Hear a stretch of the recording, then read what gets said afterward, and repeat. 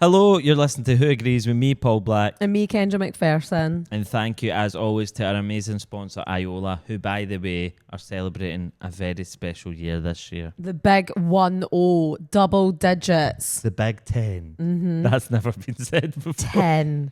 10. That's quite an accolade, to be fair. I feel like 10 is a very strong number and one worth celebrating. 10 years of being Specky. I've not achieved that yet. Have you not? I think I've been officially Specky for 5 years. Well, I think that I have probably been Specky for longer than what I've worn glasses for and just not known that I needed them. Well, this is when it goes back to what I always say is being Specky is an attitude. It's a state of mind. It's not just down to the physical. You embody it. It's an ethos. And once you truly embrace it, then you're open to some beautiful specs. Absolutely. Such as any of the ones you see on this set. You can check out the link in our bio to get any of them and many more. So we're now about to get into part 2 of our Elaine C. Smith episode, and we had a lot of positive feedback on the first part. It was such a good episode. Listening to it back, I was just like, this is such good fun. I love it, and I loved it, and we also listen to our episodes back before they go out just to review them and see if there's any bits we want to make clips. And I'm not going to say it's a bit of a drag. I love it. I walk down the street cheesing my head off. Yeah. Listening to our own episodes. But that one I was going, oh, interesting. Even though I was physically there for the recording. Yeah. It was great. We enjoyed it. But there's plenty more to come and you can listen to it right now. Absolutely. So let's go. Do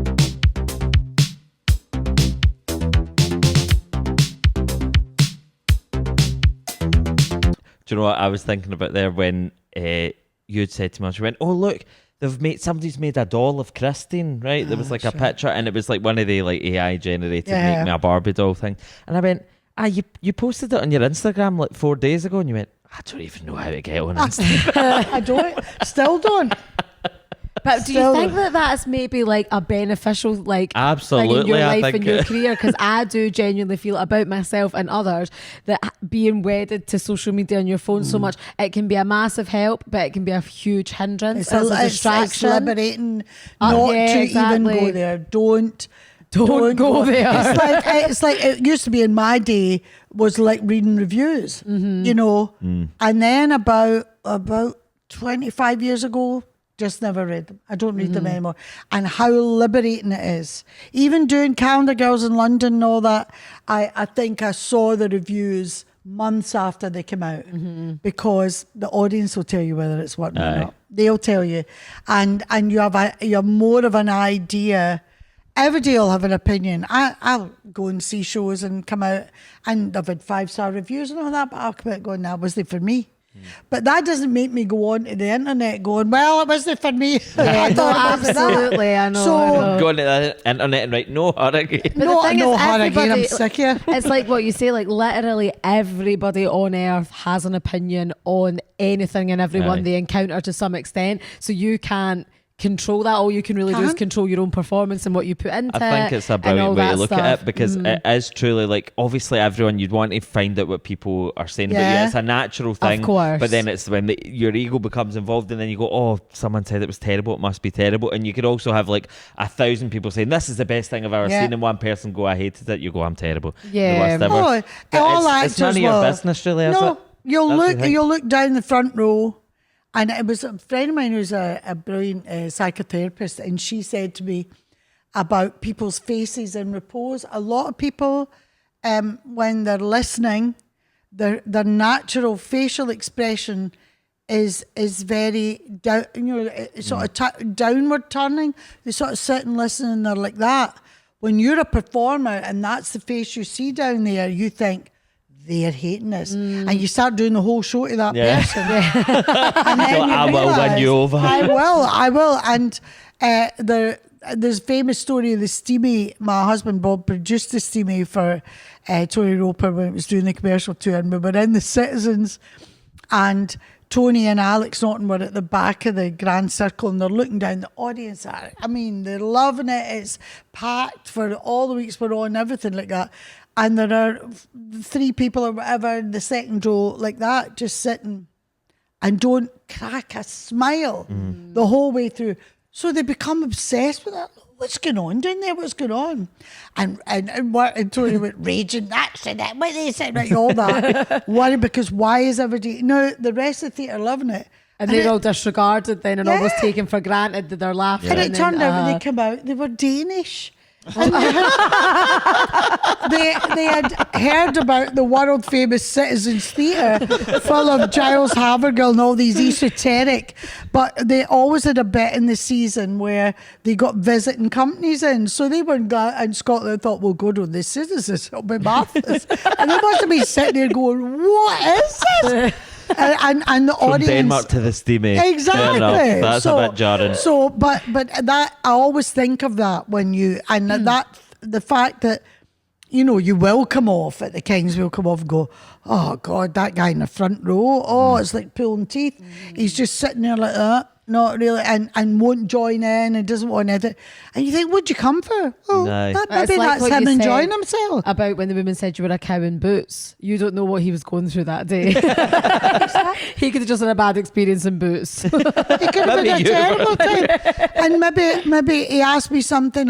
But people coming up and sticking a phone in your face going 40 without even saying, would you mind? How do you find that? Because obviously you're such a well-known face and you've stuck about in Glasgow, like Glasgow's your home. So how do you feel about, being like Chris, you're Elaine, you're out doing whatever, but you're Christine to some people, they want a picture with you. How do you handle that day to day? It doesn't, I've realised that the older I get, it doesn't cost too much to be nice to folk. Yeah, of course. But I think there was a point, and this is all new and to my generation, the phones and all of that, and autographs were always a thing that you were doing, and so people asking for that, and I used to joke, going, you're going to put that in your pocket and that'll be in the washing and you'll never find it or whatever, and generally I would say 95% of the time I'm nice, but there are and also because of this, if you're not now, who does she think she is? We pay her wages. Who does? So, and then I just go, I'll just leave it. And if people are a wee bit rude, I do things, I've done stuff where people are trying to get me to get photographs when they see me in a toilet, and I go, I'll take a photograph outside, but I'm not having a photograph in a toilet. Yeah, I was going to say, do you have any pre-prepared lines for if you're not feeling it that day? Do you have something you can say that still makes you seem, nice and amiable, but you're just not up for it? Well, now someone will know if you tell. I know, fair thought. You can't give away your trade secret. Genuinely, I tend not to do that. My kids know. They say, you've got the fake smile on, Mum. Well, do you know what it is? So see as well, like as a person, sometimes it can be a bit like, I'm just not really feeling getting my photo taken today. But I sometimes like, see as a woman, sometimes the next that I go out the house in, right, I am not photo ready in any capacity. You look hackett. Like imagine me at the co-op hungover and someone was like, Kendra, can I get a picture with you? It would be haunting. Yeah, you would just think twice about going and doing it. Yeah. That's why I rarely leave the house without lipstick. Yeah. But there are days where you're not feeling great and you're not feeling your best and you think, I'm going to look hellish in this photograph. So the worst is I suppose you're sitting in company in a restaurant with family and all of that. It's that and the fact that people always say, I know you must hate this. Well, why? Every person starts with that. I know you must hate this, but could I? And it's that I'm different. I'm more special than somebody else. And look, I don't want to start anything that people come up. And there was one night I was out with Darren Brownlee, Michelle Gallagher, and we were at Michelle's baby shower, I think it was, and it was in the Butterfly and Pig in the Town. I was with Johnny McKnight and all that, and I was having a great time with all the young ones, and drinking cocktails and all that, and they were so protective of me. So there was one woman who was very rude who came up, and she kept trying to get a photograph, and the thing that really upset me about her was that she said something about I'm a nurse and somebody I know nursed your dad, and I thought you shouldn't, and my dad was dying, and I was like, it was very upsetting. It blurs the lines though, doesn't it? And then saying, I think she's still got your phone number. And I was like, what is she sitting going, look whose phone number? I thought, that's and that That's sort of really unsettled me. Aye. And they were round going, can you just leave her? She's on a night out, blah, blah, blah. So eventually it gets to about 8 o'clock and I think, I need to get out here, it's getting mobbed. So I phone a taxi and I've had several drinks, so I'm quite pissed. I'm not a big drinker anyway, so I get drunk quite easily. And they're seeing me out and a guy stands up and goes, hey, can I get a photo? And I'll go, look, I'm really pissed and I'm on my way home. So if you don't mind, and I was laughing and going, if you don't mind, and he went, wait a minute, you're no under contract to do that? And I went, no. By who? By who? The BBC contract you that anybody who comes up to get a photograph with you has got to get a photograph. It was the most bizarre thing when I went home. So you tend to avoid places where you think that's going to be, and my daughters will go, Mum, you can't go there. And I think, oh, that'd be great, let's go. Oh no, you can't go there. And not that I don't want to go or want to, but you don't get, not that I think I'm Ewan McGregor or anything. But it's still this like is the problem, because see if someone heard you say that and they thought, who does she think she is? I'm like, well, the actual reality is that does happen. So like it happens to you all the time, and regardless of people view you as being a big celebrity or not, it does happen and it's part of your life. So you have to navigate that in a way that actually works for you as a real human being. And I genuinely try, whether it's in Tesco or wherever, that I will try to be kind to people and be nice to people. And obviously I was the person in boots for some reason. But and I'm sure we that need their side of the story. Their side of the story. We've got the guy in boots. Brilliant. He's coming on. Because I want to hear what I did. And it might just have been that I was offhand, or I went, I'm really sorry, I'm Russian. But it's rare that I do that. Now you'll probably get people writing in here, well, she did that to me, or whatever. You're actually forming an expose against you. An expose. That's on the front page of the Sun. She blanked me and the blah blah. But I think the older I'm sort of more at one with it and just go. I think there was a time when I was more annoyed by it or resistant to it. almost, Resistant's the best word. Thank and you. now I just go, look, you're lucky. Yeah. You're lucky to be where you are. Accept it with grace. And even on days where you don't feel like it, or you're in a bad mood, or you've been fighting with your husband or whatever, just do it. It's a couple of minutes out of people's lives. Be kind. And I think as well you can accept that, like, maybe somebody will think you're a bit of a wank and you just have to accept that. Either or. I think that's what it is. I think that notion that not everybody, when you start out, you want, we're all there for approval. You want people to love you. And reviews initially would be, if you got a really sort of nasty review or something, and I've had quite a few nasty reviews over the years, they were more hurtful.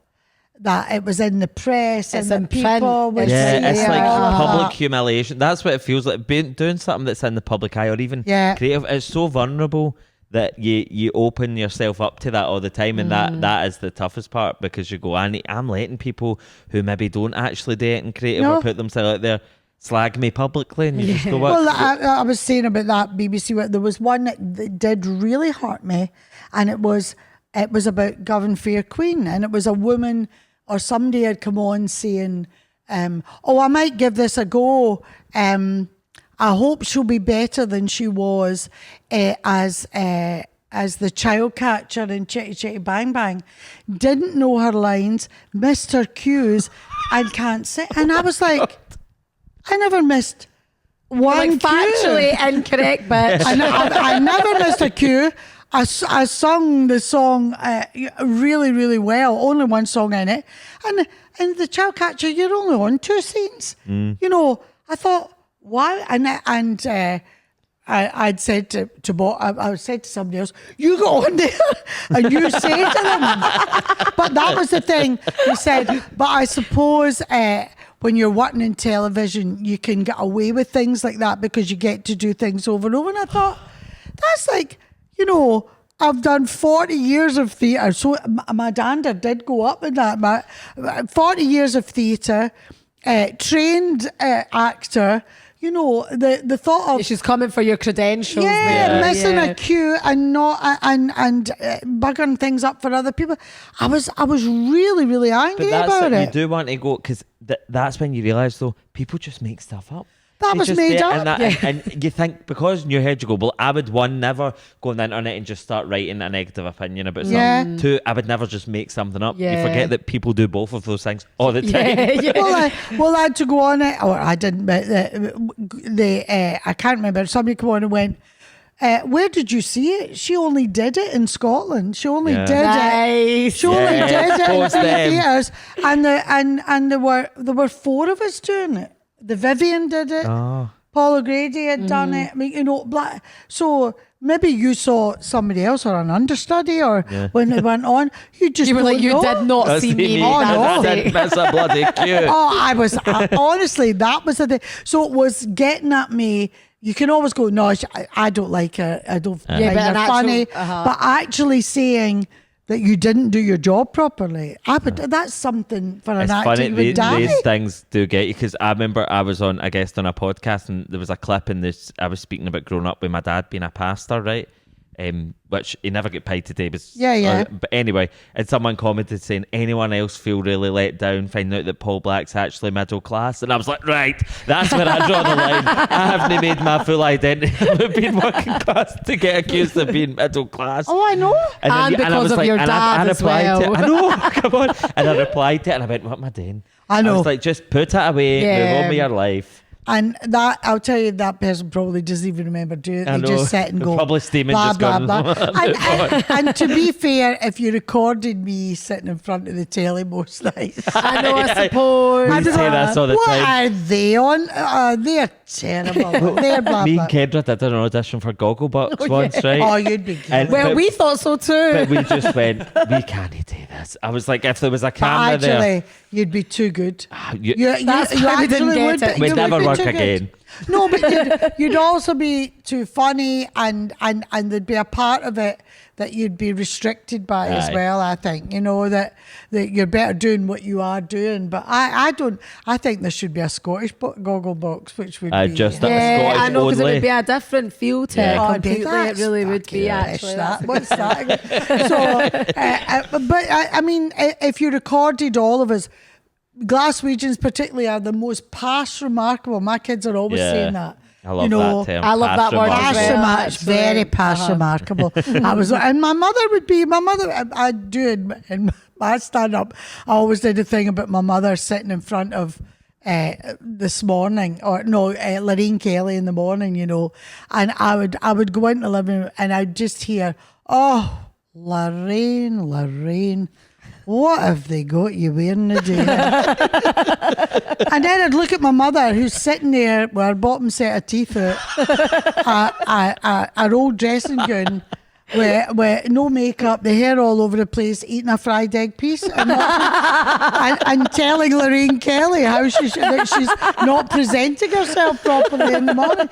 But that's Christine. Yeah. To come back to that, Christine obviously has, you know, she has no problem in slagging Eric about his weight or someone else, while she's sitting there as the paragon of virtue. Will make remarks about anybody else, but no filter and no reflection on herself about how my granny does this exact thing. She'll literally go, look at the size of her. Look at the size of woman. And I'm like, I'm not being funny. But we look at yourself, granny. I know. You walk along going, oh, that's your boyfriend or whatever. And you're going, my mum loves that one. There's that's a classic. Kendra's ex is here. You turn around and it's the biggest munter you've ever seen in your life. That's classic humour. But that is classic humour. But it's also that we are, as human beings, really past remarkable and judgmental about other people. Absolutely. So, and you see it when you watch the TV. See, sometimes when you're sitting watching the TV, like we're discussing, and you go, oh my God, why have I ever in my life elected to be on TV? Why have I actually tried to be on TV when I know how much I myself watch people and go, look at that. But and it's crazy how much they're not funny. Like we as humans think that by people appearing in a certain medium that they are immediately like allowed to be judged to Aye. that level. Like, it's just like something about someone just appearing on the TV or being on a stage. There's like an unsaid rule. Now we can all just pile on. Because Yes. people And if feel we- entitled to yeah, doing that. It's the same thing where as soon as someone goes, like a celebrity speaks about Yeah. struggling with dealing with fame, they go, you chose this life, you're rich, you've Yeah, this, you're that. Sorry, you don't actually get to have any sort of opinion on that. Or it's like as soon as someone goes, well, you shouldn't be on telly then if you don't want people to slag you. And it's like, it's a bit bizarre. So we're not going on Gogglebox. No. That's it. But I didn't choose. I mean, I suppose when I was young, I wanted to be Doris Day or something like that, watching movies and think, how great would it be to be in Calamity Jane or some, Doris Day. But it was so far removed. And in actual fact, all I wanted to be was a singer. It wasn't that I wanted. It would have been great to be with a band, and you would get a hit single or something like that. There was more of that, but I never. As an actor, every job I got, I couldn't believe I'd got it. I would be like, that's why I would do 4 jobs at the same time, because I was frightened it was all going to run out. It was all going to go. So it was never that I wanted to be hugely famous. I suppose as a woman in Scotland, I wanted to be seen. Mm-hmm. I wanted, and I grew up with images of women in Scotland that were seen, where a woman called Mary Marquis, who used to do Report in Scotland. She was long before Jackie Bird, and in the 60s she had the beautifully coiffed hair. She was very pretty and very West End of Glasgow. Mm-hmm. And today in Scotland, and that sort of a very nice, polite, beautifully coiffed, and need all to of be that. Beautifully coiffed. Beautifully coiffed. And women would look at her and go, let's remember that when the news on television first started, the newsreaders had to wear dicky bows and evening suits in the 1930s and 40s. And the women had to wear evening dress because the television was only on in the evening. And that continued and so in New Year, what you got was Moira Anderson. But that view of what womanhood should be in Scotland. So you had Moira Anderson singing, with a nice hairdo and all that. Lovely woman, Moira Anderson. She would be on with Alexander Brothers or whatever. And you also had Mary Marquis reading Reporting Scotland. That was what you saw. Maybe Barbara Dixon, when she arrived, she was out there. She was a folk singer and played the piano, and she was in musicals in the West End and stuff. So I went, I know who she is. But you very rarely saw yourself reflected back.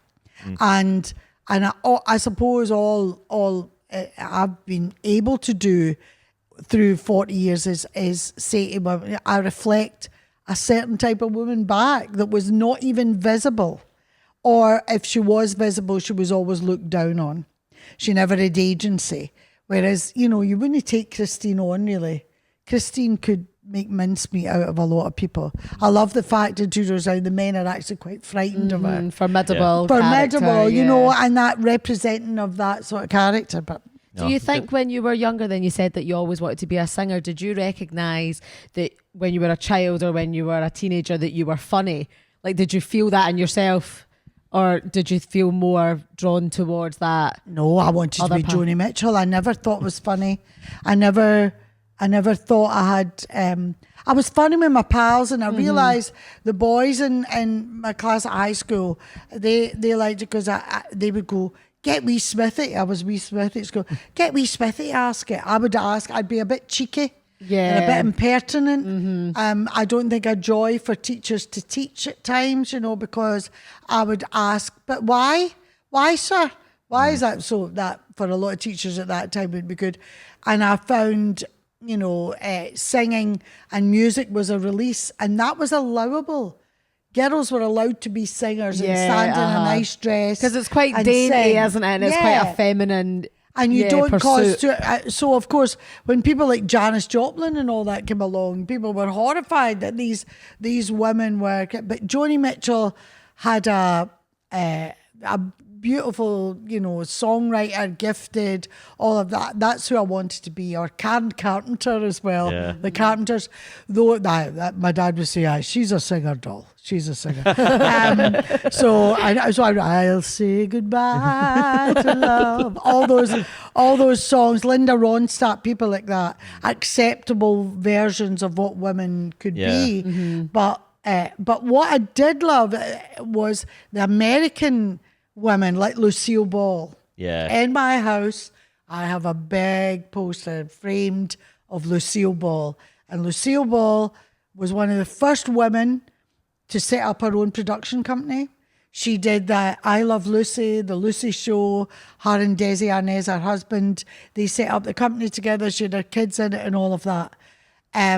Doris Day to a certain extent as well, who was funny. When I saw Calamity Jane, that was like, oh, there's a woman being funny and all of that as well. But American women were way ahead. Rowan and Martin's Laughing, I would watch with people like Goldie Hawn on it and Carol Burnett. But there weren't those women around in comedy, and they would be, till death us do part. Dandy Nichols, who played Alf Garnett's wife. Dandy Nichols was a fantastic actress, but she had to play the sort of moaning Harridan wife that he would slag.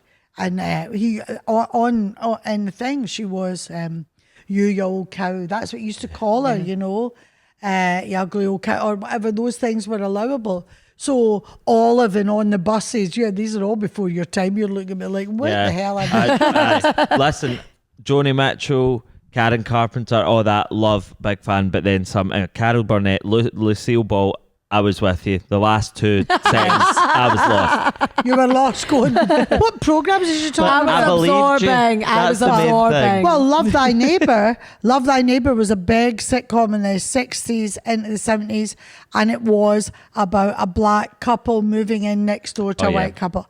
And if you looked at it now, the racism and misogyny and all of that, of those types, that was just, and the women very rarely had agency.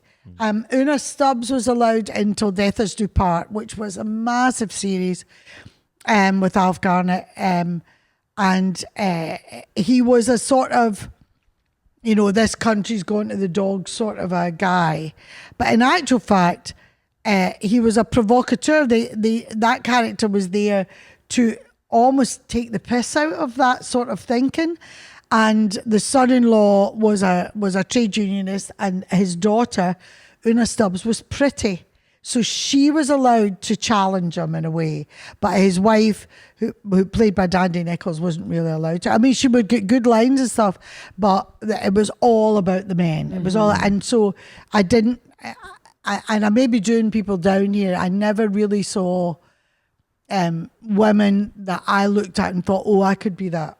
Yeah. I could be. It was why in the when I started and so in doing comedy, when I saw Dorothy Pole, I saw that there was a tradition actually of women in theatre and variety. Again, they were never allowed. They were the feeds of the gags. Yep. They were never allowed the tagline of the gags.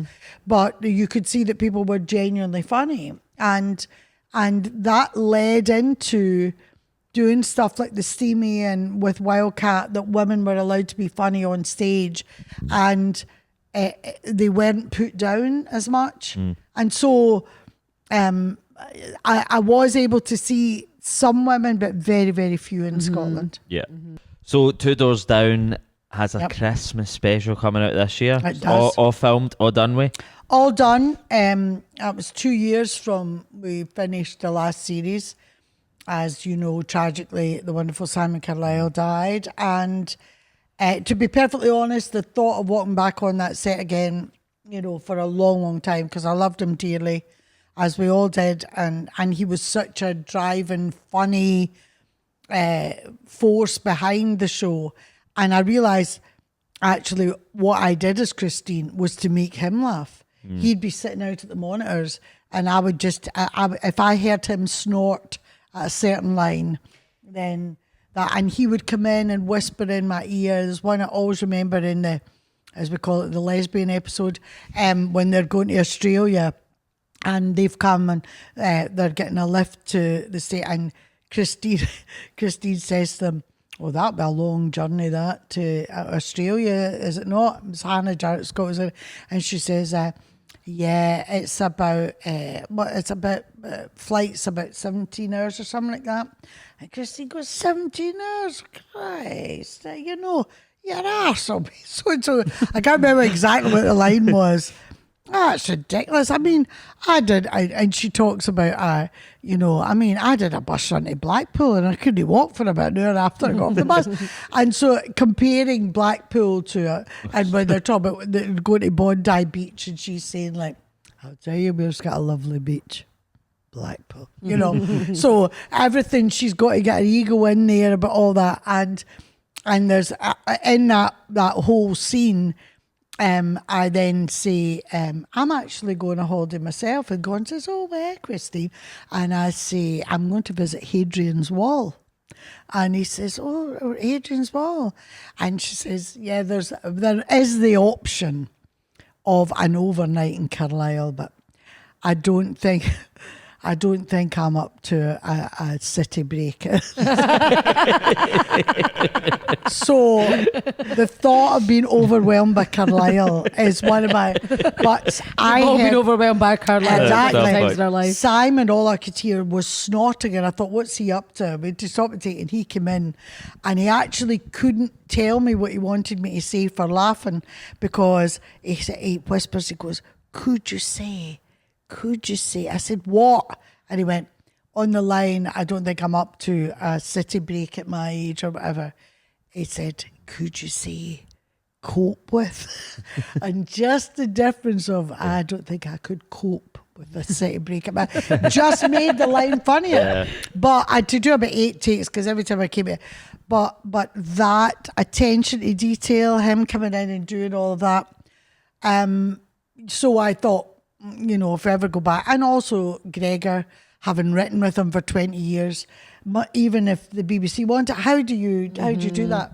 And interestingly, when I said to Gregor, because we got the thing out the blue, a script will be sent to your agent for a Christmas special in the next few days, and we were like, because everybody thought it was done. And he said he wrote it on his own and didn't tell anybody, so that if it didn't work, he would just leave it. Yeah.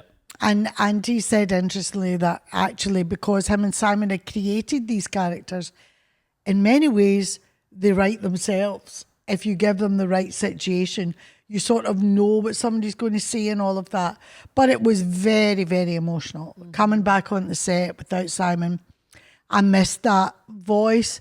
But we were all, I suppose, there was a real desire to make it work, and all of us and make it the best. Yeah, it could be, and as really well. be glad to be back together, and in that living room, 2 years on, and Simon's mum and his sister came out one day. It's onto a legacy the set. thing, yeah. isn't it? Yeah. And you sort of do it for him, and that.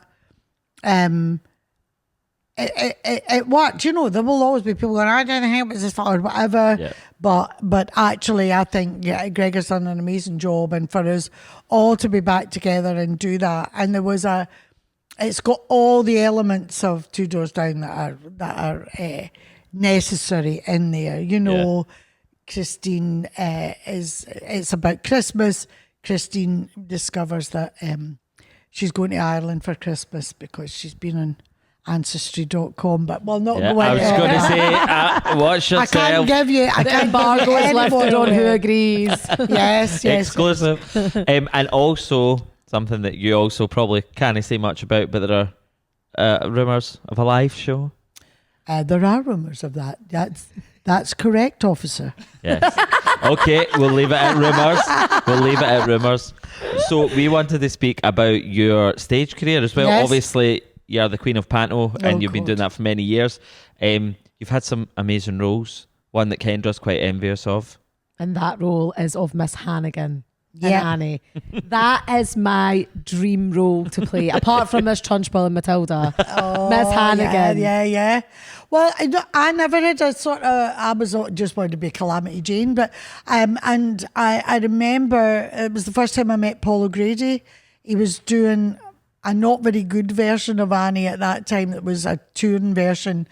He was great in it, and it came to the Kings, and I took my girls who were just, Hannah and Katie were sort of 8 and 5 or something like that. Paul O'Grady asked to meet me because he was a huge fan of Rhapsody Nesbitt, and he said, "Oh, I read your book. I took it on holiday with me. I couldn't believe it." He said it was great. And we kept in touch over the years because he was a huge fan of Glasgow, particularly Kings and Variety and everything. And he was playing Miss Hannigan. But actually, there's a story before that. When I was teaching in Firhill High in Edinburgh, I took my kids, school kids, a school trip to London, and we went to see Annie. And it was the original production. And it was Sheila Hancock was playing Miss Hannigan.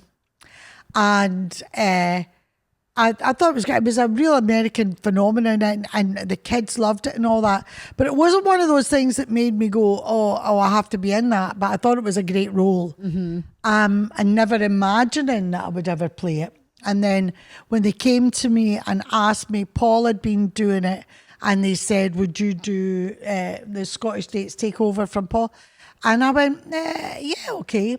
And went in, not realising how hard it was going to be. It was one of the hardest dance routines I've ever had to do in my life. Oh, so you felt, was it quite physically taxing then? There is a lot of movement actually in that now, because I always just think of Miss Hannigan being, she's so like outlandish and quite over exaggerated with her facial expressions of it, and she's just really funny.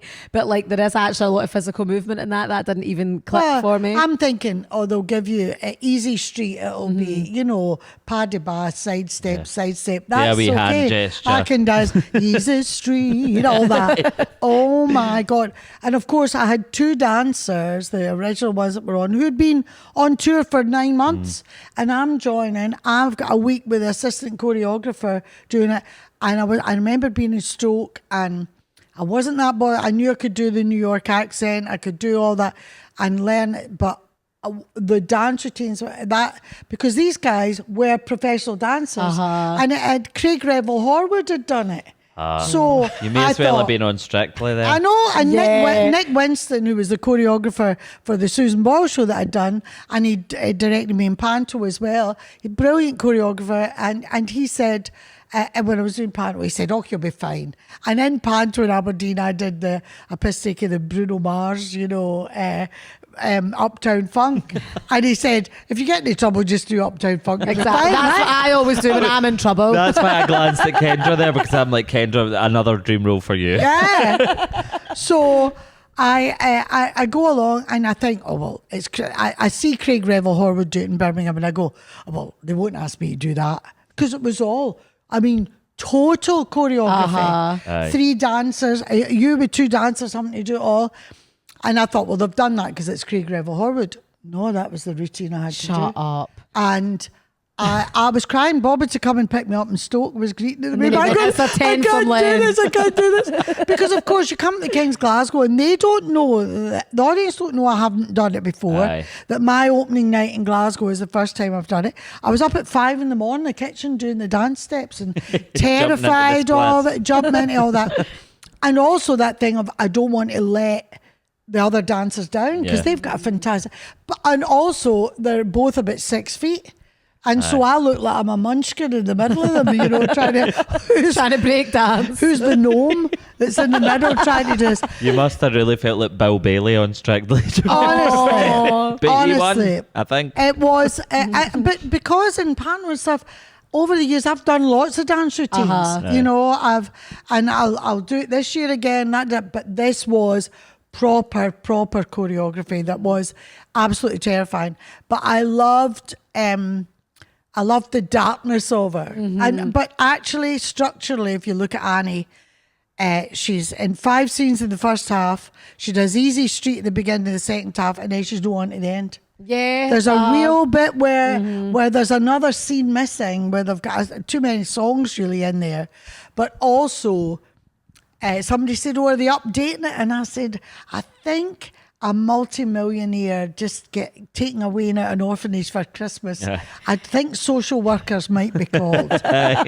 You know, the actual premise of it, if you look, you have to just keep the ball in there. If you look at what Annie is really about, a drunk running an orphanage and trying to sell off the wains. Yeah, you know? it's very dark side. It's very dark. Not contemporary. So you've just got to go with it. So the enjoyment of, you know, the cruelty that you get to play, which I don't usually get to, you know, with somebody like Annie, you know. What's the one thing I always taught you? Never tell a lie. What's the one thing I always taught you? I feel like I'm in the orphanage right now. Exactly. It's all I've ever wanted. It's truly, I think, if you're a person that likes to act, there's something in you that wants to just explore the, hey, I'm walking here. Yeah, absolutely. You need to at some point it's a must. You have to get in there. Oh, and to be playing, you know, the gin bottle in her first song. When she's little girls everywhere I look, yes. I can see them. All that is fantastic. And actually, great sort of life moment at Paul O'Grady's memorial. I was taking over from him, and I saw him and this is very weird. I took the wonderful Simon Carlyle with me, who had always wanted to meet Paul O'Grady. And I said, I've got to go and see Annie. He's in the Playhouse in Edinburgh. He's doing Edinburgh. And I'm taking over for Glasgow, Aberdeen, blah, blah, blah. And I said, come with me. So we saw it. We went backstage, saw Paul. Simon was thrilled beyond belief that he was, and Paul, that he was such a fan of Two Doors Down and saying, oh, can I not be pat over the back and all that, you know. And I said, oh, sadly she's gone, but you could be Rena up the high flats. And he said, I want to. And so we had a laugh. He was looking forward. He was a great moan, Paul, about, oh, I'm too old for this and all that. And he had a couple of weeks off, and he dropped dead on the Tuesday. That was the Friday night we saw him. Oh, really? And 8 weeks later, Simon Carlyle was dead as well. So at the memorial in London, Mike Harrison asked if I would sing Little Girl. No way. So I did that, and it was really weird. You know, Jules Holland was there, and Dawn French, and it was one of those audiences. Yeah. But in the audience was Sheila Hancock. The first, that is a full circle moment. The first Miss Hannigan, and I said that I went up to speak to her. That's very emotional. It was very emotional. Totally overwhelming, actually. And also in my speech, I mentioned how happy Simon was to meet him.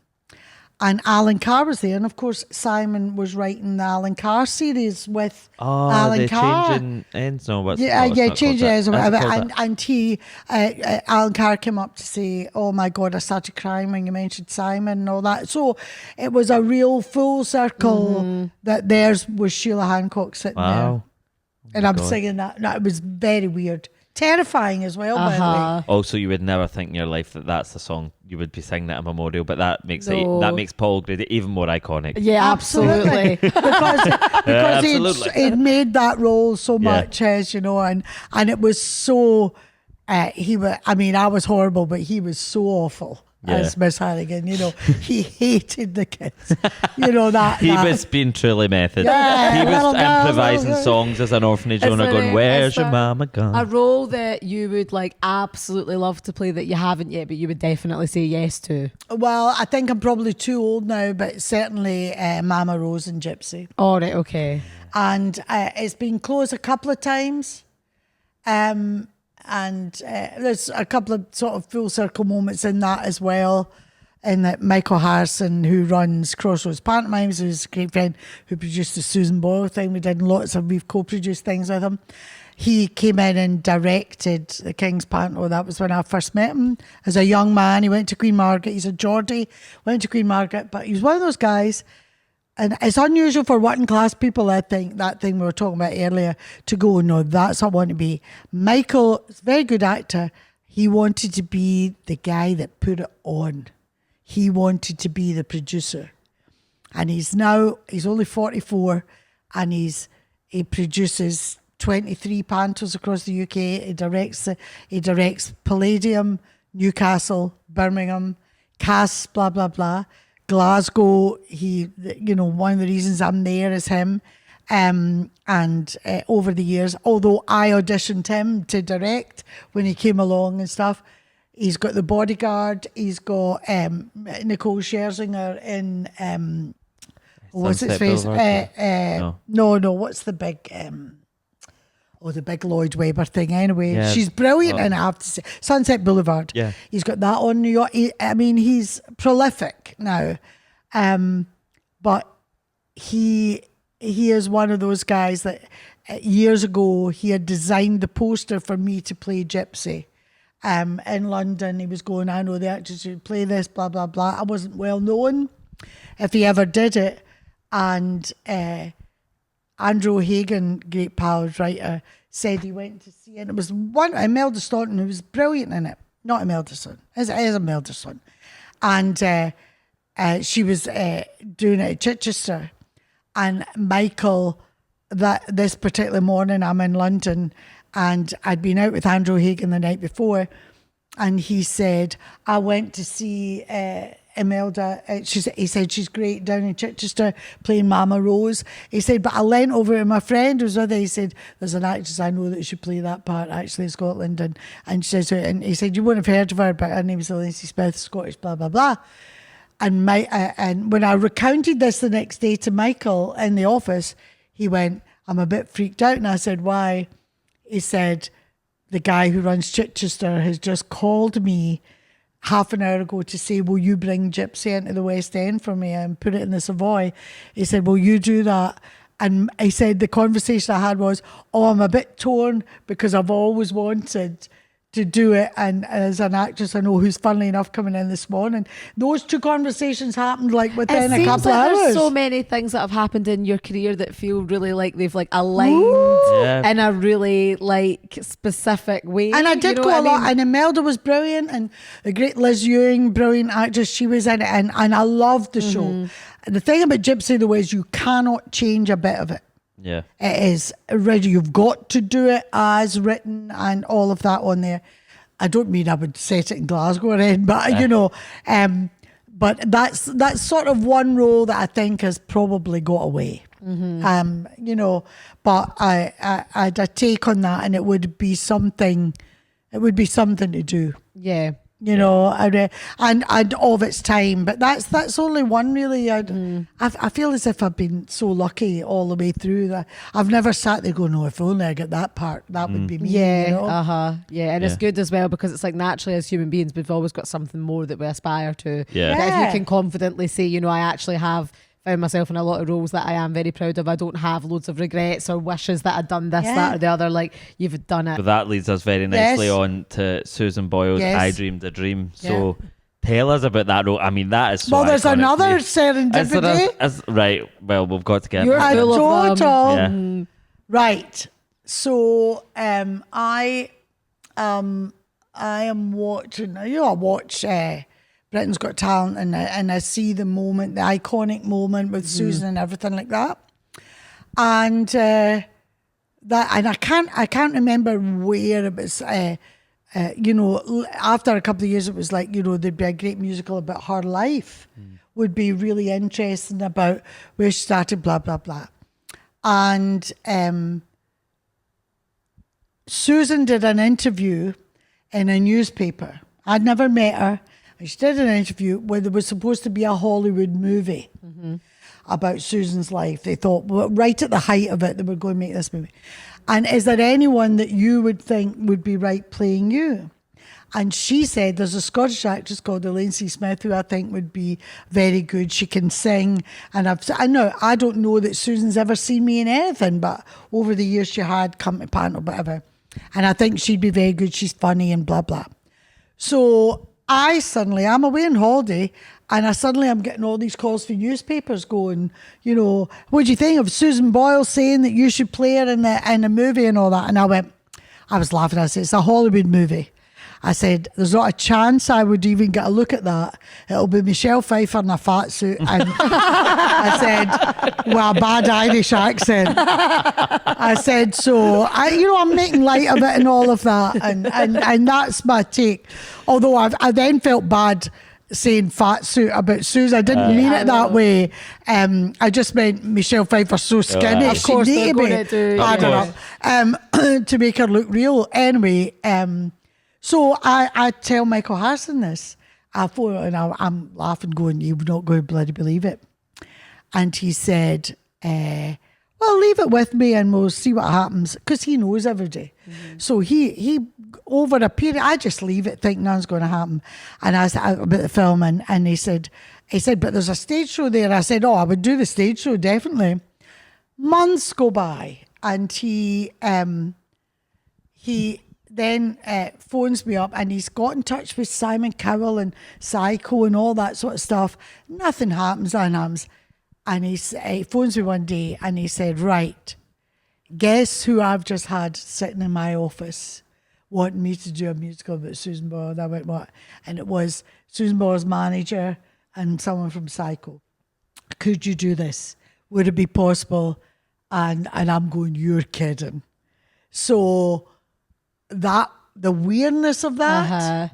And then Michael says, I think I know a great director, Ed Curtis, who had done Take That musical, who had turned it round and made it really work, really bright. And I said, well, we need to get somebody right. Alan McHugh, who I'd been doing Panto with in Aberdeen, I think he had done a draft of it. And then there was talk of maybe Liz Lockhead or someone like that, but the producers didn't want it to be a writer's thing. They wanted it to be, and I said, but we don't want and then this happened sort of musical. Aye. I said, I'd be really bored of that. And thankfully, neither did Ed. So the first draft was a bit, and then this happened. And then Alan, Ed, myself got together. Now, the draft that went on was draft 15. So I would say to people, do work it, because the draft that went on in the end was great. But it had many, even in rehearsals going, the end, we can't have the end like that. It's two EastEnders. We need to change it. We need to, and the device of, why don't we let her speak to the audience? Because Susan never gets to speak. So the opening speech I wrote was, hi, as I came down, I'm Susan. You wouldn't have heard me speak like this, but this is how it sounds in here. And that was the device that she told the story. So she told the story of, and borrowing in many ways from Glass Menagerie, that when you changed the scene, Susan just went, and the set would change. And they had a brilliant thing because of the technology in it as well. The designer did the whole back wall, because her image and the story was round the world in 6 minutes.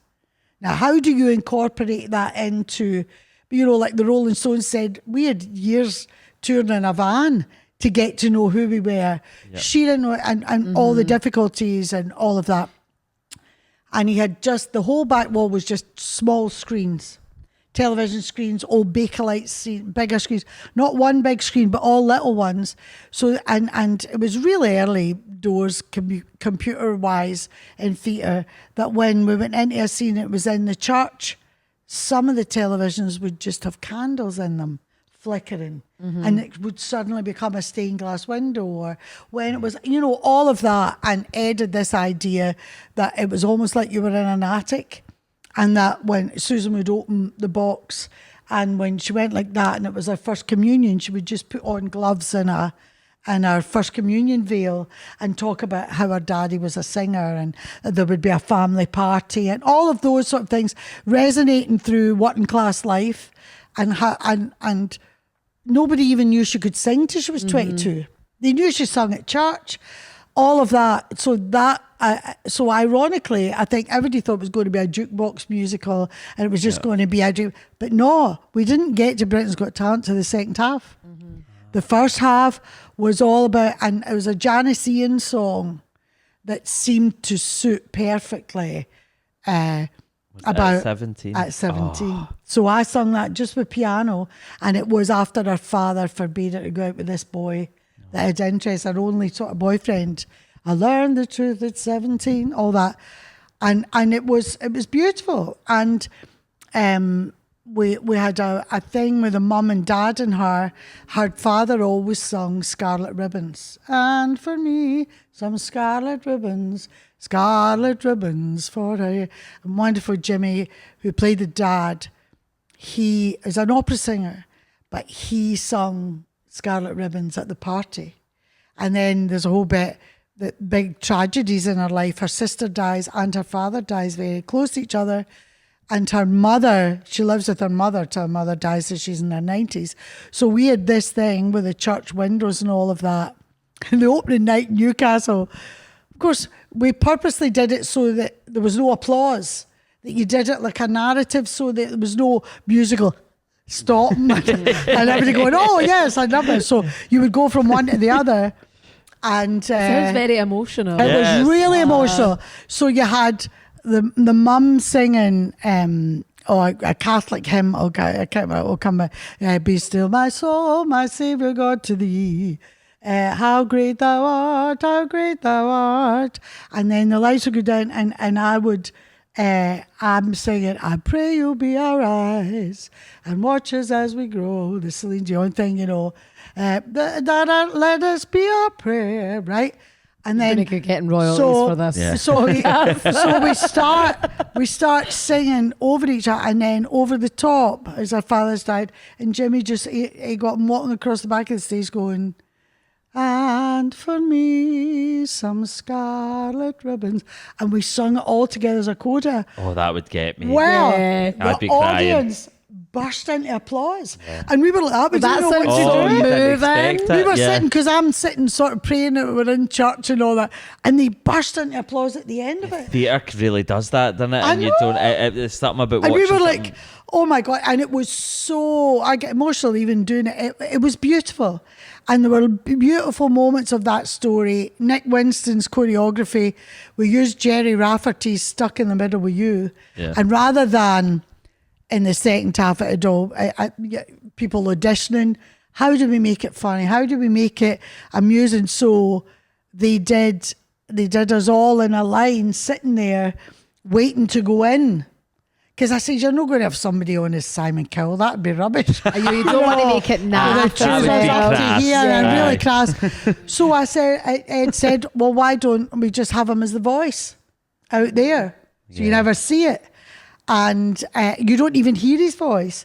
But you've got Nick, so they've got, well, I don't know why I came here tonight. So there's a brilliant tap, brilliant routine going on there, which is fab.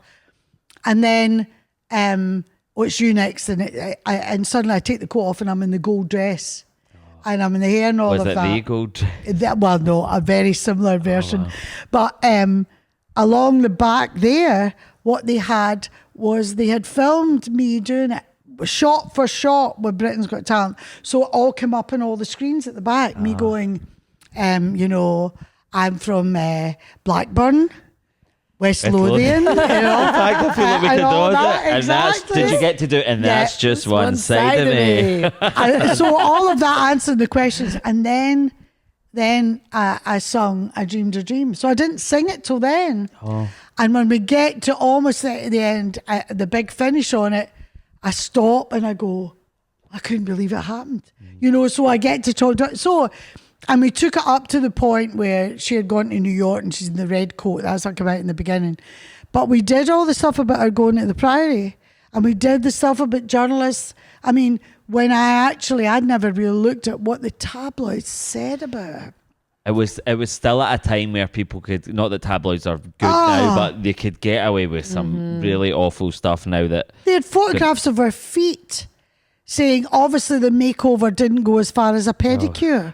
God. Yeah, it's just so unjust and unnecessary as well. Yeah. But even the way that she was regarded, obviously this has been well discussed, Yeah. but the way she was regarded when she came on stage, because people were immediately thinking that it was some sort of like comedic Joke. thing, Yeah, a joke, yeah. and then everybody had to obviously eat their Even words the judges immediately. on the show, Absolutely. like- Yeah. The whole thing was based Like, on yeah. appearances and how her voice or her talent But when wouldn't you align look at when she it, looked. the editing of that is Yeah. really, really precise, because there's people who are still upset about being in that One of the edit who girls in the didn't even audience. see her that Yeah. night. Yeah, that's great. But again, that's another root one of evil, girl that isn't goes it? like that and makes a face plant that wasn't even in the room. Wasn't That's even and they in the just room. said together, which is crazy. it's that generation of like reality TV was so. And I mean, they still do manipulation. it now, but Yeah. like it was really bad, and they got away with a lot. And so we touched on that, and we went to her having to go to the Priory, having to go and just to get rest and respite.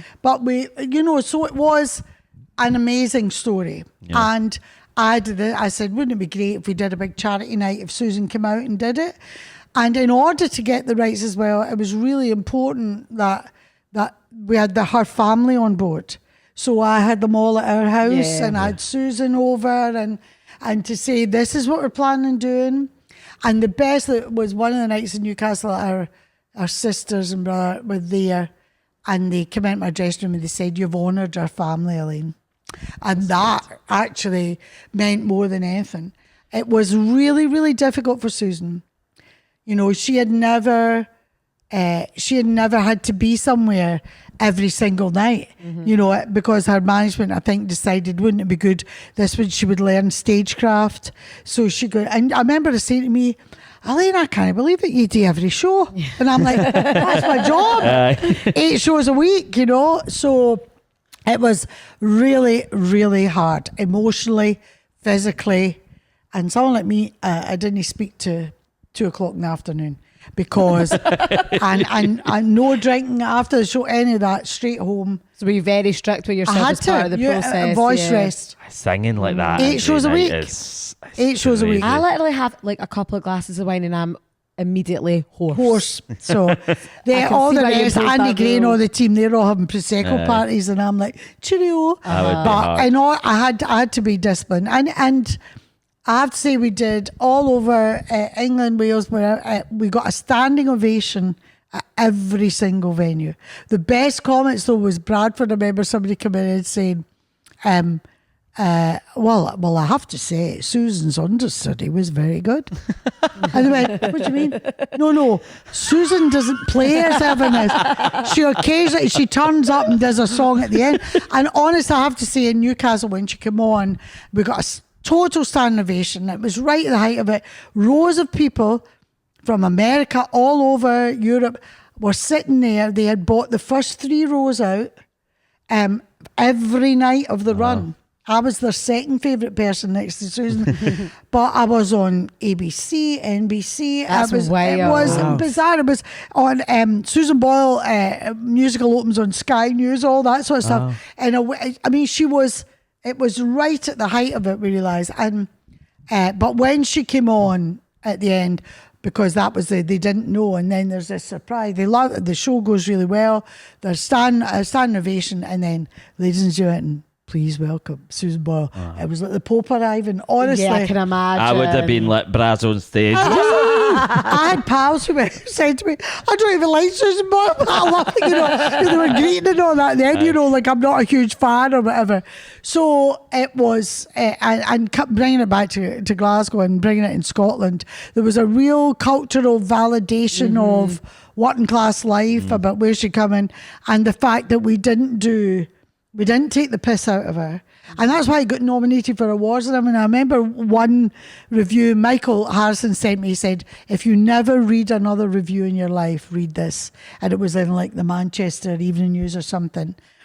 And Peter Kay had come along to see the show and all that then. And it was basically, I thought this was going to be a jukebox musical. Another one, oh yeah, it was the opposite of that. Well, it sounds like it totally subverted the expectation. Was it exactly what she did when she came on Britain's Got Talent? Very good point. Yes. That's a I like this girl.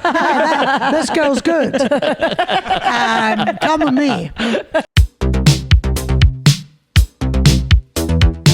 So, Elaine, we know that you obviously have a new generation of fans, young people that discovered you on TikTok and they love you. So we thought we'd take you into the world of Gen Z. So we have a wee challenge where me and Kendra are going to We're going to try our best not to laugh. I don't even know what Gen Z is. I was just about to say no. Who does? Not me. But so I know it's out there. But it's happening and it's there. But this is what we would call Gen Z brain rot or Gen Z slang. So imagine a world where Elaine C. Smith is called up and you've got to be in some sort of Gen Z TikTok drama. This could be your self-tape. Just keep that in mind. That's going to happen next week. It's Manifested. So I'm going to hand you over some phrases and I want you to read them out as you see them. And me and Kendra are going to do our best to not laugh, okay? What do you mean? You know I'm down with the kids. Right, okay. Lorenzo, you can count us in. Me and Kendra. Kendra, don't look at me. I'm not going to look at you. I'm not going to look at Elaine either. Whenever you're ready. Chat. Am I cooked? This Dubai chocolate Labubu is low-key giving NPC vibes.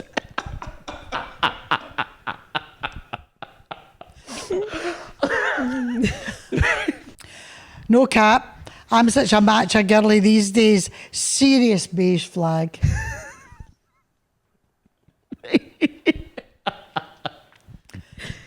How many order points did I lose by coming on the Who Agrees podcast? I'd like order points, actually. Yeah, that's nice. Oh, wait a minute. Am I Delulu Boots or is this buzzball hikey buzzing? Sheesh. Why did it, when you said Ahmad Delula Boots, it sounded like that might be your name? That's actually my porn name. Oh, can you please do that one just again and really emphasise the sheesh just for me? Right, okay. Am I Delula Boots or is this buzzball high-key bussin'? Sheesh. I have no idea what that means. you are Delula Boots. Mama, a low taper fade behind you. Wear the hus hat. Please, could you explain what these mean? No, actually, we couldn't. Please. That's the beauty. Mama, a low taper fade behind you. What does that mean? So, like a low taper fade is like a hairstyle, like that guys get. Oh, like a fade. So it's behind you, like probably like a hot guy's behind you. Where the hus? Oh, where the hus at? It means where the hose at. Where the hose at? Yeah. Where are the pretty women? None of that actually makes sense. Am I Delula Boots or is this buzzball high-key bussin'? You love that one. What is that? Delula Boots. Delula means delusional. Boots means Delula really. Boots, yeah. So am I really delusional or is this buzzball, which is a canned cocktail? Yes. High key bussin'. Very good. Is sheesh.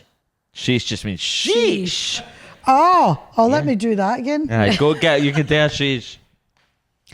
Am I Delula Boots or is this buzzball high-key buzzing? Sheesh. That was good.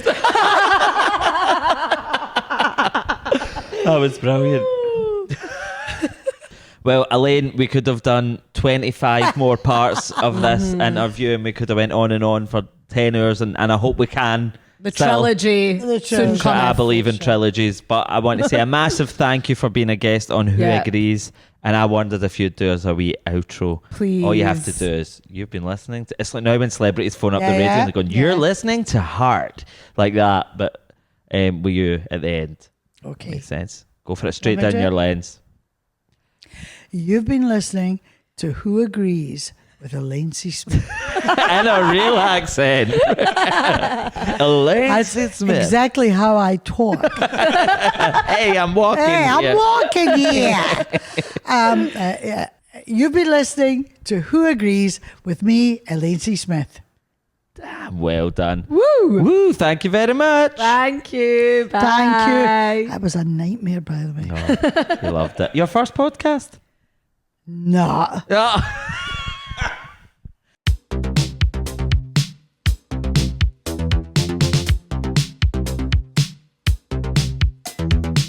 You've been listening to Who Agrees with me, Kendra McPherson. And me, Paul Black. And for me, some scarlet ribbon. We also want to say another big happy birthday to Iola. And it's time to bring out the big, big, big bells. That's good. Because Katy Perry would say big balloons, boy, when I'm with you for birthday.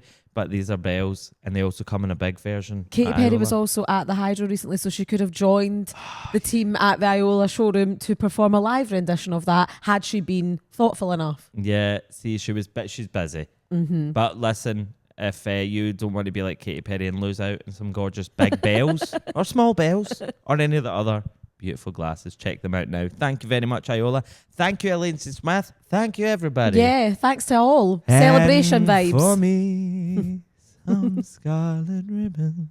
Bye. Goodbye.